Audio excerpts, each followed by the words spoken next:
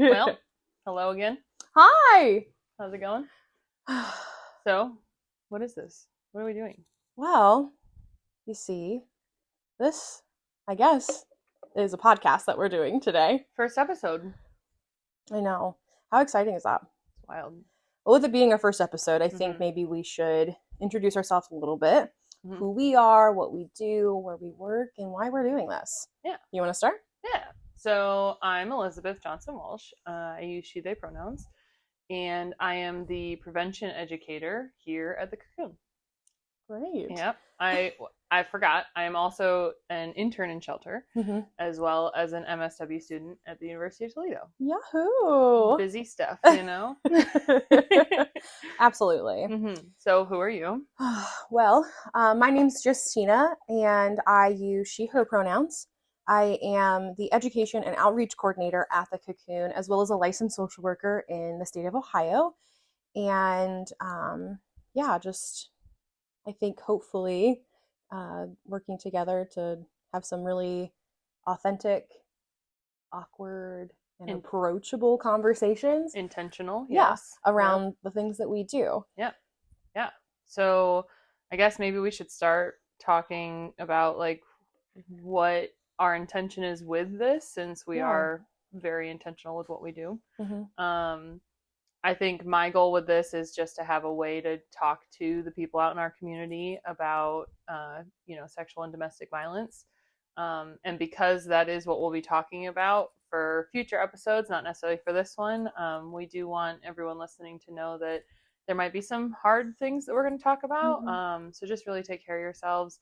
We might have some guests that'll talk to us about self-care and community care, so keep an eye out for that. What are your goals with this? Yeah, I think, very similar goals, hoping to engage people within our Northwest Ohio community, as well as others from afar, in the work that we're doing here at the Cocoon about domestic and sexual violence advocacy, and hopefully breaking through some of those stigmas and having really enduring conversations along the way. We are hoping to have some guests join us from the community, supporters, as well as some fun times. It's never a dull moment here. No. No. But yeah, just really hoping to connect with others, especially in the world of modern technology. Yes. Yeah, for sure. So I guess maybe we should start by talking about what the Cocoon is. Yeah. Because for those that might not know, they don't know who the heck we are. So why don't you start with that, since that's what you do all the time, every day. Yeah. So the Cocoon is a domestic and sexual violence advocacy center agency. We work with anyone in the Wood County area in Northwest Ohio. And that can be individuals who reside here. It could also be students who are attending university at one of the institutions here in our county, and really just working with and for survivors to meet their goals wherever they are in their healing journey. So the one thing that I love about the Cocoon is that we can work with survivors whether their violence was inflicted last night or 20 years ago. So we really do have an opportunity to assist and support and advocate and empower survivors through all phases of life in their healing journey. For sure. I think a lot of times people assume that we're just a shelter, right? Yes. And that is something that we are constantly trying to combat, as I know you know. Yeah. So I guess like just to put it into like numbers, we served over 800 survivors last year. Yeah. 40 of them were in shelter. Right. So most of the people that we work with are in the community. Yeah. Right. They're living out in the community. They are surviving out in the community. Right. So I think that is probably something that we will talk about pretty frequently, is that although obviously we want to support the people that we do house, most of the work we do is outside of this building. Right. Yeah. So yeah, I just think it's really important to point that out. And I also think a lot of people don't quite know what sexual and domestic violence is, right? And that human trafficking and stalking also fit into that. They do. And there's a lot of pieces to it that most people don't think about, right? And I think a lot of us have probably been affected in general bisexual and domestic violence. So I just think it's really important to point out that it's not, we don't like to think of it as a box. Yeah, so absolutely. And I think too that part of the reason as to why people think it's the Cocoon shelter is that's really where our efforts started. For sure. Right? So obviously the Cocoon has been around for, well, this will be 18 years in 2023. But well before even the official establishment of the Cocoon, there were grassroots efforts on Bowling Green State University's campus. And there were advocates who were students and people in the community sneaking into people's houses and like giving them support that way, meeting them, discreetly in coffee shops and things like that. And then in 2004, we had, unfortunately, a string of 4 domestic violence related homicides all at once. And that kind of led to this outcry for let's build a shelter. And that's what happened. Right. It's a big, long endeavor over the last 18 years to get where we are now. But over that time, we were able to transform just being a shelter into becoming essentially a whole entire agency that's able to provide advocacy and support to survivors, whether that's domestic violence or sexual violence or anything in between, which is really, really wonderful. And I think we are still breaking down the assumption that we just do shelter, but it will continue to come over time. And I think that with that, I tend to think of the Cocoon as kind of like pillars, right? So we've got like our shelter as one pillar, emergency services, crisis, someone's here and they need us to house them for their safety or their children's safety. And then we have our outreach programs, one being domestic violence, where our advocates are meeting with them, just like they did in grassroots efforts, not at their homes, but meeting them out in the community, going to Grounds for Thought and getting coffee or getting lunch at Beckett's or whatever that may look like for them and their safety, even if it's just going for a walk in the park. And then we've also got the sexual violence program as well, where we have advocates who work with survivors specifically of domestic or sexual violence, and just kind of providing support that way through those services still out in the community, and through outreaches, which could be a sexual assault exam or court, any of those things. And then there's us in prevention.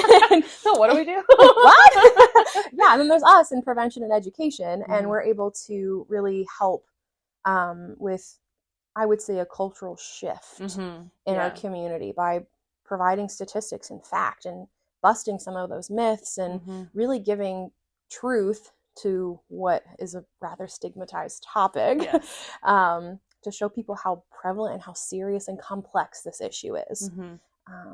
I know that you've experienced this, and I think we all have, that there's this assumption of, well, why don't they just leave? Right. Why did they let this happen? Right. That victim blaming it's not that easy. Rhetoric, it isn't that easy. No. It's such a very complex topic.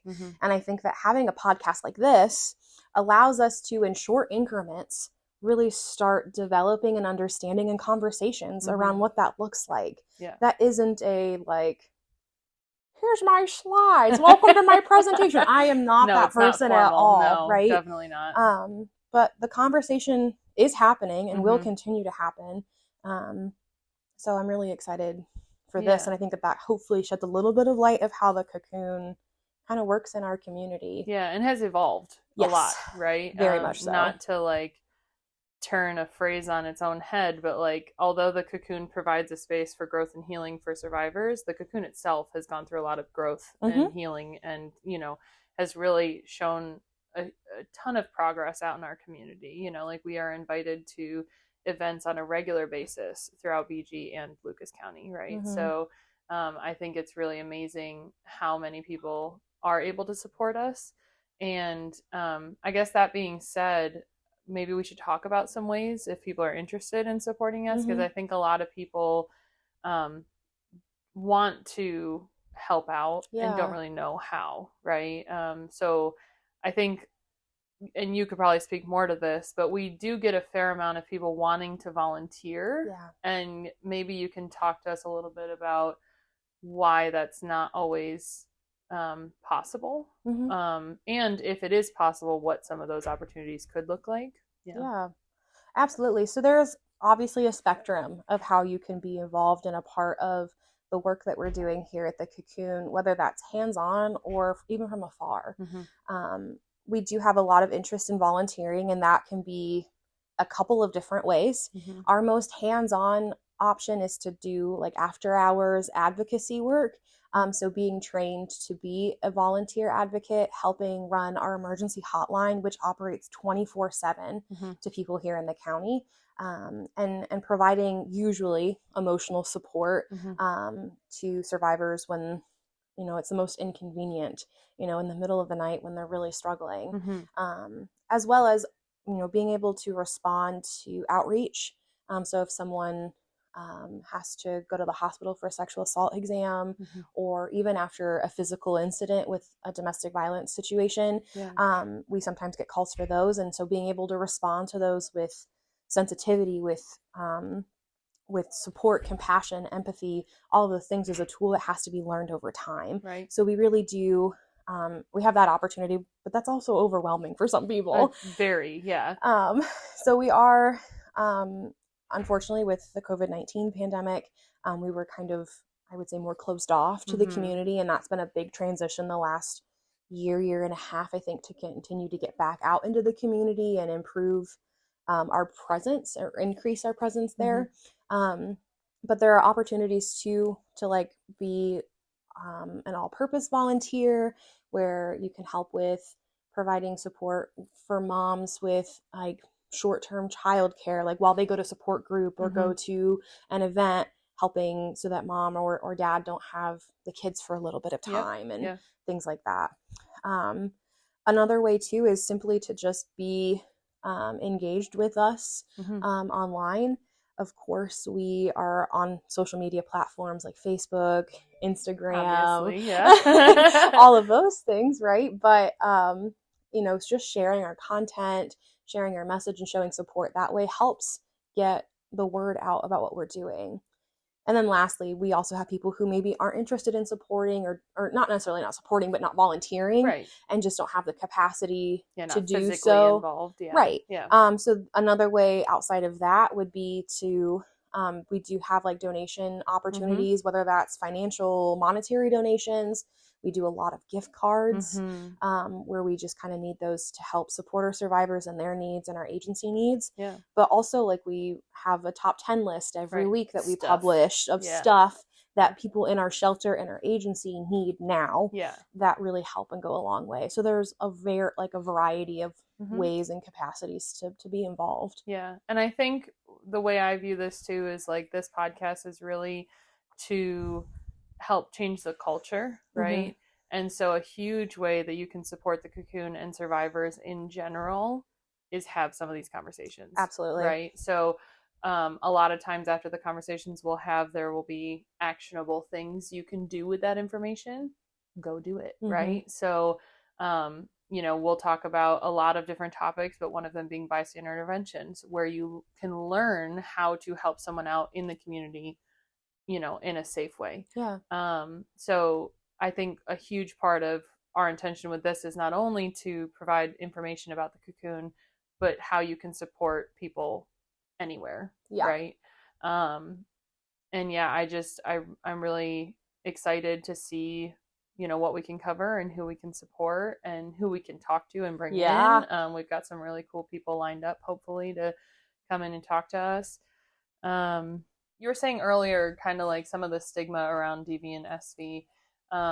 I know from my experience working with youth, a lot of times it's hard for them to even recognize what abusive behavior looks like, right? And I know that a lot of media in general, movies, TV shows, everything like that, there's representation in almost everything now. And I feel like the normalization of it has been pretty detrimental, but also in certain situations has created more opportunities for awareness, right? So I guess what is your thought or experience with that, and you know, what can you add to that conversation about stigma around this? Absolutely. I think that there is obviously a negative stigma that comes with individuals who have experienced violence, and that is a variety of, you know, types of violence, community violence, interpersonal violence, all of those things, but all are still very relevant and detrimental to someone's well-being and their health and even long-term outcomes. When it comes to topics of domestic violence, we know it's very prevalent, we know it's very complex, and I know we're going to talk more about that in detail For sure. in some of our later sessions. But the stigma around, well, if she's really that unhappy, then why doesn't she just leave? Right. It's That's not that simple. it isn't. No. Especially in the modern world. Mm-hmm.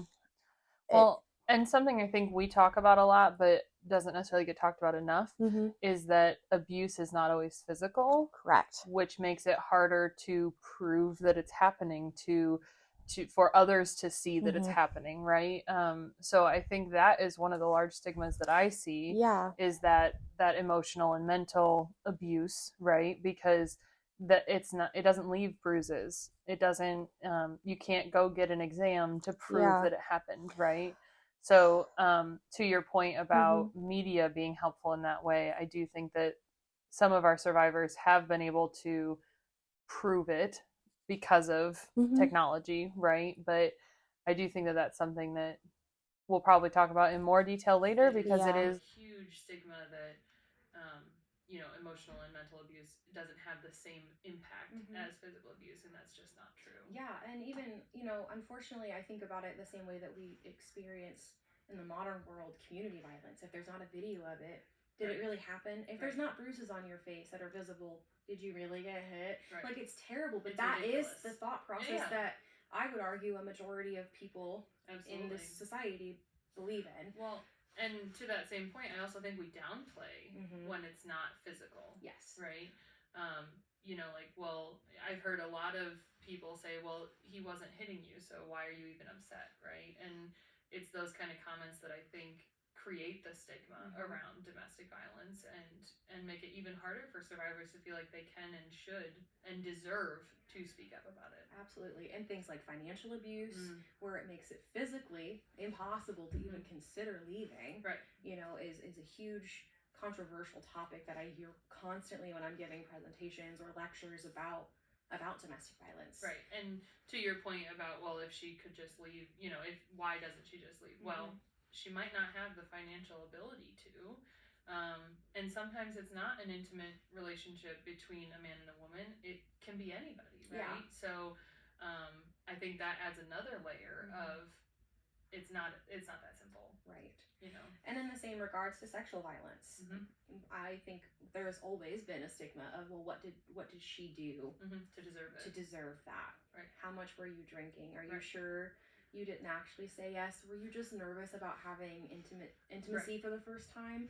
And unfortunately, that is such a demeaning mindset to have when we as individuals deserve to have the opportunity to explore our sexuality and sexual orientation and all of those things authentically and at our own pace. And it is all about power and control. Absolutely. In both domestic and sexual violence. But just the terrible perspectives that some people have around it being the sole responsibility of the person who is being attacked, or being abused, right? Yeah. Well, and I think tricky. and the idea that someone deserves abuse because of something they did is also just a mindset that I think you and I have to challenge on a regular basis with the presentations we give, because it's the idea that we are already set up to deserve abuse because of how someone acts or what they wear or situations they put themselves in, right? Whereas it's not kind of what you were getting at, putting the accountability on the person doing the abuse. Yeah. Right. And it's so unfortunate, too, that for someone to even consider persecuting charges or anything like that, there is such a vulnerable experience. Absolutely. Overwhelmingly vulnerable experience that has to be done, which rightfully so for following our court systems and things like that. But also, it's just not a system or a structure that really allows for survivors to reclaim their strength and what has happened to them. Yeah. So it's definitely overwhelming. Yeah, for sure. Yeah. Well, I think this was a really important first episode. We covered a lot. Just the basics. I promise that from here on out they will be far more discussion based and less concise. Yes. Yeah. And less like promoting what we do and what like who we are. Yeah. But I think it's really important to know too, like, who the heck are these weird people talking to me right now? Right. Well, and it's at the core of everything we Yeah. do, right? So without the understanding of who we are and what the cocoon is, it's hard to talk about any of this. So I think it's really important to kind of lay the foundation before we jump into some of these more specific topics. Yes. Which the next episode. So April's Sexual Assault Awareness Month. Yes. So our next episode will be covering sexual assault and just some ways to work through some of that.